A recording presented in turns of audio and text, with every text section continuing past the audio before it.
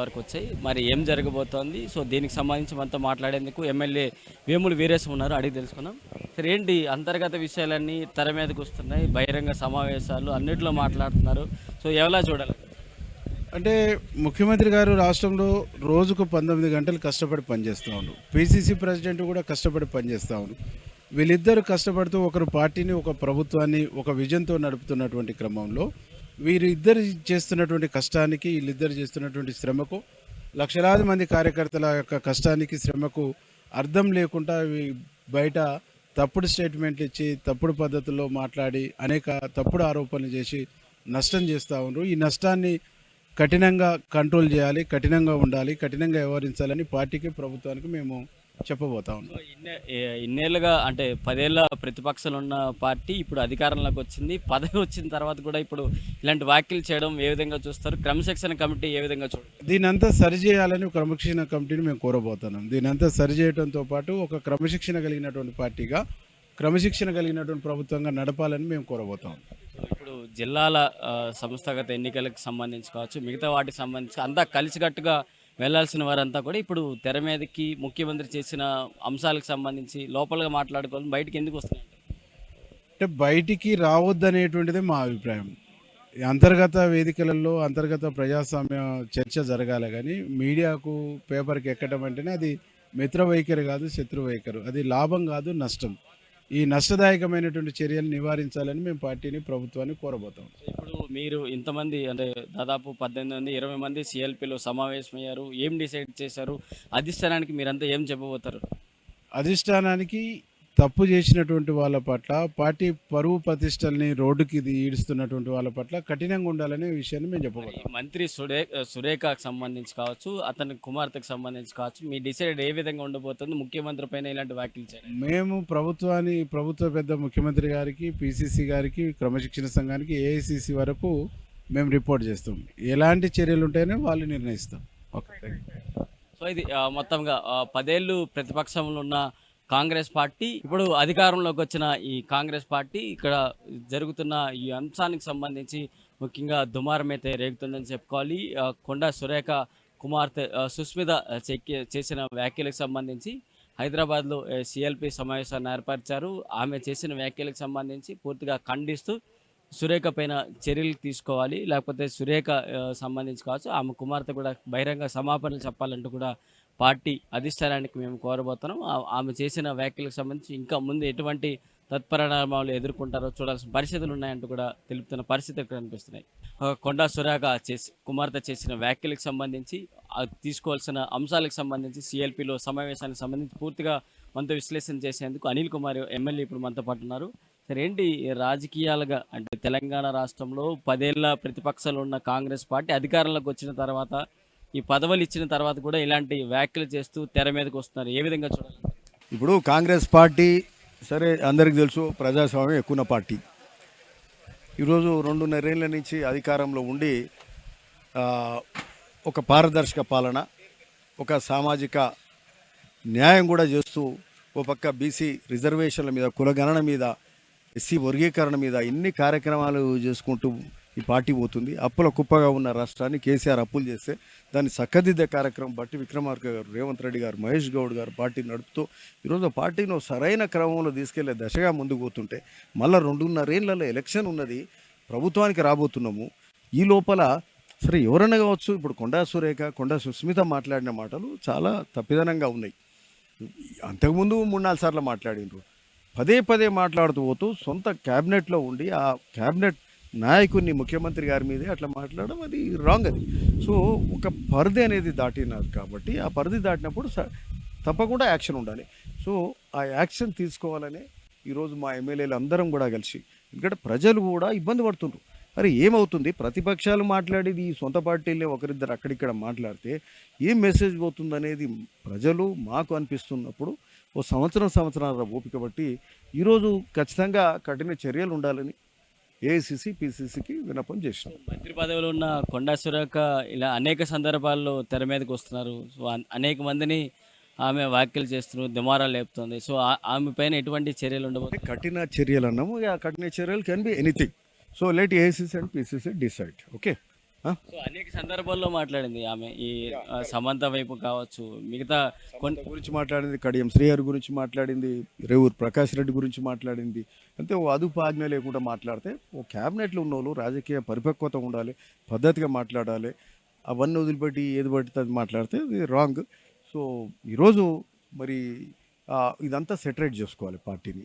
ఇట్లా ఎవరు పడితే వాళ్ళు మాట్లాడితే is undemocratic. So it has to be stop somewhere.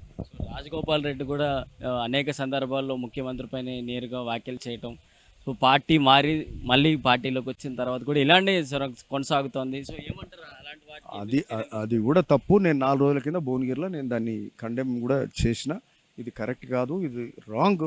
మీకు మంత్రి పదవి వస్తే సంతోషం కానీ బట్ మీన్ వైల్ పార్టీని డిస్టర్బ్ చేయకండి. ముఖ్యమంత్రి గారి మీద అడపదడప ఇట్లాంటి మాటలు కరెక్ట్ కావని 4 రోజుల కింద నేను చెప్పినాం.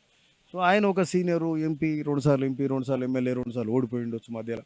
బట్ కొంత ఓపికతోటి పార్టీ చూస్తున్నట్టుంది. బట్ ఈరోజు అందరి మీద కూడా అటు చిన్నారెడ్డి గారు కావచ్చు, అందరి మీద వాళ్ళ వాయిస్ కంట్రోల్ చేసుకోవాలి. ఎందుకంటే ప్రతిపక్షాలు మాట్లాడేది మనమే మాట్లాడితే ఇది రాంగ్ మెసేజ్ పోతుంది. రేపు ఎమ్మెల్యేలకు ఈ ప్రభుత్వానికి ఇబ్బంది అవుతుంది. ఫైనల్ సార్, ఇప్పుడు మీ క్రమశిక్షణ పార్టీ క్రమశిక్షణ చర్యలు ఉన్నాయి.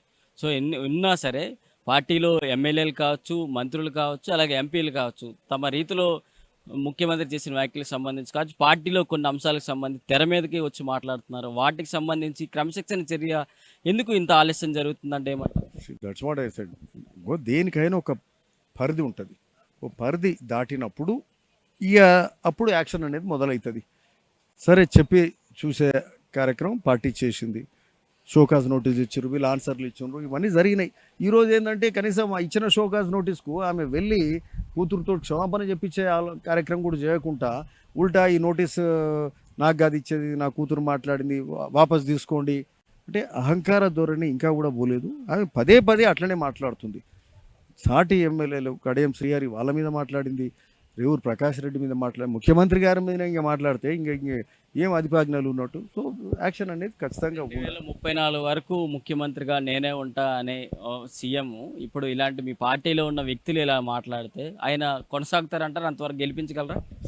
ఇప్పుడు ఎక్కడిదక్కడ సెట్ చేసుకోవాలి, ఎక్కడిదక్కడ యాక్షన్ తీసుకోవాలి. పార్టీ మంచిని ఎంకరేజ్ చేయాలి, బట్ తప్పును తుంచివేయాల్సిన అవసరం కూడా ఉంది. Okay, thank you. సో ఇది 10 ఏళ్ల ప్రతిపక్షం తర్వాత అధికారంలోకి వచ్చిన ఈ కాంగ్రెస్ పార్టీలో అంతర్గత విషయాలు కావచ్చు, ముఖ్యమంత్రి చెప్పిన అంశాలకు సంబంధించి కావచ్చు, నేరుగా టార్గెట్ చేస్తూ కూడా వెళ్తున్న ఈ కొండా సురేఖ కుమార్తె సుస్మిత చేసిన వ్యాఖ్యలను దృష్టిలో పెట్టుకుంటూ సిఎల్పిలో సమావేశమయ్యారు. ఆ సమాపనలు చెప్పాలి, బహిరంగ సమావేశాలను చెప్పి ఇంతవరకు జరుగుతున్న ఈ అంశాలన్నింటినీ కూడా పులి స్టాప్ పెట్టాలి, లేకపోతే క్రమశిక్షణ కమిటీ ఇంకా చర్యలు తీసుకోవడానికి సిద్ధంగా ఉంటుందంటూ కూడా ఎమ్మెల్యేలు చెప్తున్నారు. కాంగ్రెస్ పార్టీ ప్రజాస్వామ్యంలో ఉన్నటువంటి కొంతమంది మాట్లాడుతుంటారు. పార్టీ క్రమశిక్షణ లోబడి ఉండాలి అందరూ కూడా అని అడుగుతున్నాం. మేము చెప్పేదల్లా మేము ఎవరిని ఏమనట్లేము. కాంగ్రెస్ పార్టీ అధిష్టానం కోరిందంటే ఎంత పెద్ద నాయకుడైనా కాంగ్రెస్ పార్టీ క్రమశిక్షణ లోబడి ఉండాలి. అవి ఇవ్వడానికి కాంగ్రెస్ పార్టీ కంటే పెద్దోడు ఎవడు కాడు. ఏదైనా కాంగ్రెసే పెద్దది. సో కాంగ్రెస్ పార్టీలో ఉండే వాళ్ళందరూ కూడా క్రమశిక్షణతో ఉండాలి. ఎంత పెద్ద నాయకుడైనా తప్పు చేసి క్రమశిక్షణ చర్య తీసుకోవాల్సిందే. రైట్. ఈ వ్యాఖ్యలకు సంబంధించి ఏం చూస్తారు? పార్టీలో ఏం జరుగుతుంది? ఏం జరిగేది ఏం లేదు. కార్యకర్తల కష్టం, ప్రజల కష్టంతో, గౌరవ ముఖ్యమంత్రి రేవంత్ అన్న గారి పోరాటంతో ఈరోజు అందరి సమిష్టి కృషితో ప్రభుత్వం ఏర్పడ్డది, ప్రజాప్రభుత్వం. అలాంటి ప్రజాప్రభుత్వంలోని ప్రతిపక్షాలు బీఆర్ఎస్, బీజేపీ కుట్రలతో ఈరోజు ఇలాంటి ప్రభుత్వం మీద విమర్శలు చేయడం సరి అయినటువంటి విధానం కాదనేది శాసనసభ్యుల అభిప్రాయం. అలాంటి వారిపై ప్రభుత్వం కేంద్ర ఏఐసిసి కానీ పిసిసి కానీ మరి చొరవ తీసుకొని ఇది సరిదిద్దవలసినటువంటి అవసరం ఉందనేది అభిప్రాయాన్ని తెలియజేయడం జరిగింది. ఇది బహిరంగంగా సభల్లో సమావేశాల్లో ముఖ్యమంత్రి పైన వ్యాఖ్యలు చేయడం ఏ విధంగా చూస్తారు? మరి నెక్స్ట్ స్టెప్ ఏ విధంగా ఉంటుంది? నెక్స్ట్ స్టెప్ ఏ విధంగా ఉంటుందనేది రేపు పిసిసిను ఏఐసిసి నిర్ణయం తీసుకుంటుంది. అది పార్టీ హైకమాండ్ చూసుకుంటుంది. మరి దీని వెనక ఎవరున్నారనుకోవచ్చు? మరి ఎవరున్నారు ఎవరు లేదనేది కాకుండా ఒక క్యాబినెట్ మంత్రిగా కూతురు మాట్లాడినటువంటి విధానం ఏదైతుందో మా బిడ్డకు నాకు సంబంధం లేదని చెప్పడం సరైనటువంటి విధానం కాదు. ఒక కుటుంబాన్ని సరిదిద్దుకోలేని వాళ్ళు రాష్ట్ర క్యాబినెట్గా మంత్రిగా ఎలా కొనసాగడం అనేది అది మంచి పద్ధతి కాదు. ఇలాంటి సంస్కృతికి పులి స్టాప్ పెట్టాలి. నోటీసులకి రెస్పాన్స్ ఎప్పుడు రావచ్చు? అది పిసిసి చూసుకుంటుంది. కాంగ్రెస్ పార్టీ అభివృద్ధి మీద దృష్టి పెట్టి గత ధనిక రాష్ట్రంలో వాళ్ళు చేయనటువంటి అభివృద్ధి సంక్షేమాలు కాంగ్రెస్ పార్టీ చేస్తుంది. ప్రజాప్రభుత్వం గౌరవ ముఖ్యమంత్రి రేవంత్ అన్న తెలంగాణలో అభివృద్ధి సంక్షేమ లక్ష్యంగా ముందుకు పోతుంది కాబట్టి కాంగ్రెస్ పార్టీలో కొంత స్వేచ్ఛ ఉన్న మాట వాస్తవం. కానీ కాంగ్రెస్ పార్టీ ప్రభుత్వానికి కానీ పార్టీకి డ్యామేజ్ చేస్తే ఇది సహించదు. క్రమశిక్షణ చర్యలు తప్పకుండా ఉంటాయి. ఏదైతే తెలంగాణలో కార్యకర్తలు కానీ నాయకులు ఎంతోమంది కష్టపడి ఆ ఫామ్ హౌస్ పాలన వద్దని ప్రజాప్రభుత్వం తెచ్చారు. ఈ ప్రజాప్రభుత్వంలో ప్రతి చివరి బెనిఫిట్ వరకు ప్రభుత్వ ఫలాలు అందే లక్ష్యంగా ముందుకు పోవాలి. విత్ ఇన్ ద పార్టీలో ఎవరు కూడా పార్టీని డ్యామేజ్ చేసేది కానీ ముఖ్యమంత్రిని వ్యక్తిగతంగా డ్యామేజ్ చేస్తే మాత్రం సహించేది లేదని చెప్పి వీళ్ళందరం ఎమ్మెల్యేలం మా పీసీసీకి అక్కడ ఉన్నటువంటి ఏఐసీసీకి కూడా మేము చెప్పదని తెలుసుకున్నాం. అంతర్గత విషయాలన్నీ ఇప్పుడు తెర మీదకి వస్తున్నాయి. పార్టీలో ఉండాల్సిన లోపల విషయాలు బయటకు వస్తున్నాయి. మీరు ఏ విధంగా ఏం చూస్తారు? మాకు పార్టీలో అంతర్గతంగా వేరే విషయాలు ఏమి ఉండవు. పార్టీ క్రమశిక్షణ సంఘం ఉంటుంది. తప్పకుండా ఈ తెలంగాణ రాష్ట్రంలో రేవంత్ అన్న నేతృత్వంలో సంక్షేమాలు అభివృద్ధి లక్ష్యంగా ముందుకు పోతున్నాం కాబట్టి దయచేసి విత్ ఇన్ ద పార్టీలో ఏమైనా ఉంటే సిఎల్పి సమావేశం ఉంటుంది, ముఖ్యమంత్రితో సమావేశం ఉంటుంది, మాకు పీసీసీ అధ్యక్షులు ఉన్నారు, ఏఐసీసీ ఉంది, అక్కడ మనం మాట్లాడుకోవాలి తప్ప ఎంతోమంది కార్యకర్తల కష్టంతో వచ్చినటువంటి ఈ ప్రజాప్రభుత్వాన్ని అప్రతిష్ట పాలు చేయొద్దు. పార్టీకి వ్యతిరేకంగా ఎవరు కూడా మాట్లాడొద్దని విజ్ఞప్తి చేస్తా ఉన్నాం.